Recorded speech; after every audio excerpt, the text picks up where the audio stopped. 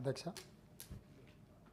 క్లారిఫికేషన్లో శాసనమండలి సభ్యులు తీర్మార్ మల్లన్న గారు, మహేష్ గౌడ్ గారు, ఏవిఎన్ రెడ్డి గారు, పెద్దలు జీవన్ రెడ్డి గారు చాలా అంశాలను ప్రస్తావించారు. ముఖ్యంగా తీర్మార్ మల్లన్న కులగణనకు సంబంధించి 1931 బ్రిటిషర్స్ ఉన్నప్పుడు కులగణన జరిగితే దాదాపుగా 100 సంవత్సరాల తర్వాత మళ్ళీ ఈ ప్రభుత్వమే ఈ దేశంలో మొదటిసారి ప్రయత్నం చేసింది. మొదటి విడత చేసిన ప్రయత్నం ఇంకా కొంతమంది నమోదు చేయించుకోలేదు. మొదటి విడత చేసిన ప్రయత్నంలో 96.9% ఇందులో పాల్గొంటే 3.1% పాల్గొనలేదని రెండో విడత కూడా అవకాశం ఇచ్చి చేసినాం. 17 తారీఖు రోజు కులగణనకు సంబంధించిన పూర్తి స్థాయి చర్చ సభలో జరుగుతుంది. ఆల్రెడీ మనం 42% బలహీన వర్గాలకు రిజర్వేషన్లు ఇవ్వాలి అని, ఈ 42% రిజర్వేషన్లు అమలు జరగాలంటే మన దగ్గర లెక్క ఉండాలి. మనం చేసుకున్న లెక్కను మనమే తప్పు పడితే రేపు ఏ చట్టం ముందు ఏ న్యాయస్థానం ముందు ఈ 42% రిజర్వేషన్ అనేది నిలబడదు. దయచేసి సహచర మిత్రులకు నేను చెప్పేది, ఈరోజు మనం చేసే ప్రయత్నం చాలా భగీరథ ప్రయత్నం. 42% పెంచడానికి అన్ని వర్గాలను కూడగట్టుకొని ముందుకెళ్ళాలనుకుంటున్నాం. ఆనాడు మండల్ కమిషన్ కూడా కాంగ్రెస్ పార్టీ చేసి మండల్ కమిషన్ 52% బలహీన వర్గాలు ఉన్నారని చెప్పి 27% రిజర్వేషన్ రికమెండ్ చేసింది. దాన్ని సుప్రీంకోర్టు అప్పీల్ కూడా చేసింది. దాంతో ఈరోజు 27% రిజర్వేషన్. ఈ 27% రిజర్వేషన్ని ఈరోజు మళ్ళీ పెంచి 42%కి పెంచాలనుకుంటున్నాం. కాబట్టి ఈరోజు మొదట వచ్చే 42% తీసుకొని దాన్ని ఏ విధంగా ఇంకా ముందుకు వెళ్ళాలనో ప్రణాళికబద్ధంగా మనం ముందుకు వెళ్ళినప్పుడే బలహీన వర్గాలకు రాహుల్ గాంధీ గారు చేయాలనుకుంటున్న న్యాయం జరుగుద్ది.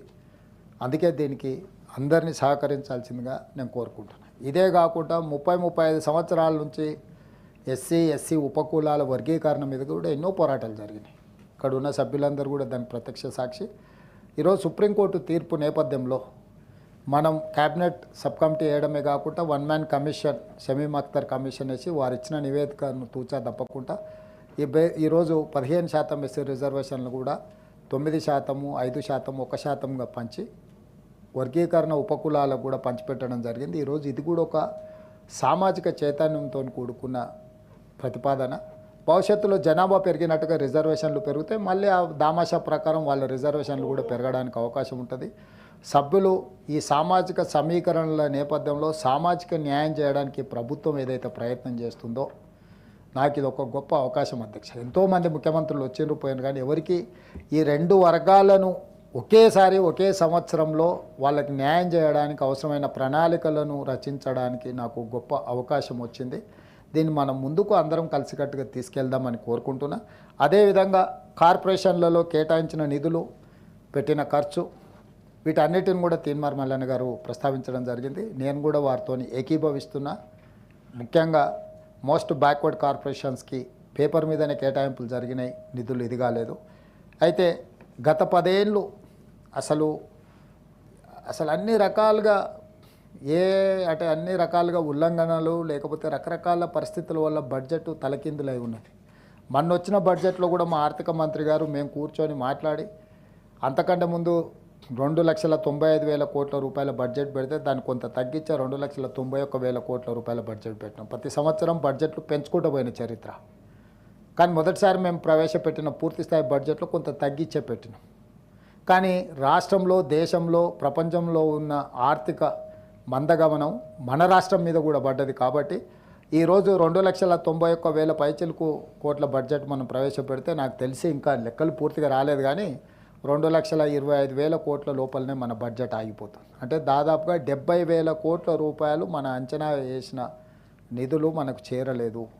ఈ 70,000 కోట్ల రూపాయలు కేటాయించిన ప్రతి దాంట్లో కొంత కోతలు విధించాలి. ఇంతకుముందు ఏవిఎన్ రెడ్డి గారు చెప్పాను, 6,500 కోట్లు నేను తినకపోయిన జీతభత్యాలు, పెన్షన్లు ప్రభుత్వ ఉద్యోగస్తులకు ఇవ్వాల్సిందే.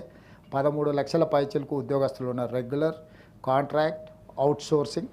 ఈ ప్రభుత్వం నుంచి ప్రతి నెల జీతాలు ఇవ్వాల్సిన వాళ్ళు 13 లక్షల పైచిలకు ఉన్నారు అధ్యక్ష. అదేవిధంగా ఇప్పుడు నేను అప్పుల లెక్కలని చెప్పిన దానికి యావరేజ్గా 6,500 కోట్ల రూపాయలు ఎవ్రీ మంత్ నేను అన్నం తినకపోయినా ఉపవాసం పడుకున్నా వాళ్ళకి కట్టాల్సింది. నా రాష్ట్ర ఆదాయం 18,000 నుంచి 18,500 కోట్లు ప్రతి నెల అధ్యక్ష.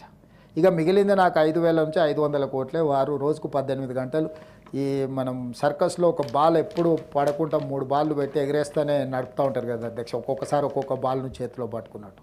వారు ప్రతి నెలలో ఓసారి షాది ముబారక్, ఓసారి కళ్యాణ లక్ష్మి, ఓసారి రైతు భరోసా, ఓసారి రైతు రుణమాఫీ, లేకపోతే ఇట్లా రకరకాల పథకాలు. ఓ నెల ఓ బ్యాంక్ అతనికి నెల కొంచెం లేటు కడతాను, ఇట్లా సమన్వయం చేసుకోవడానికే సగం జీవితం అయిపోతుంది అధ్యక్ష.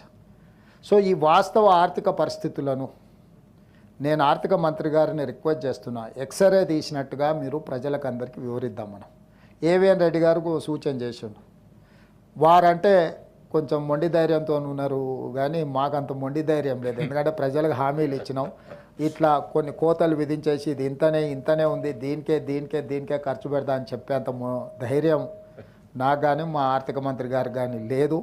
వీలైనంత మేరకు చేయాలనేది సంక్షేమాన్ని అమలు చేసుకుంటూ అభివృద్ధి కార్యక్రమాలను కేంద్ర ప్రభుత్వ సహకారంతో ముందుకు వెళ్తూ తెచ్చిన అప్పులను కూడా సవరించుకొని మిత్తిలను తగ్గించుకొని దీన్ని ఏ రకంగా సమన్వయం చేసుకుంటూ వెళ్ళాలనో ముందుకెళ్ళే ప్రయత్నం చేస్తున్నాం.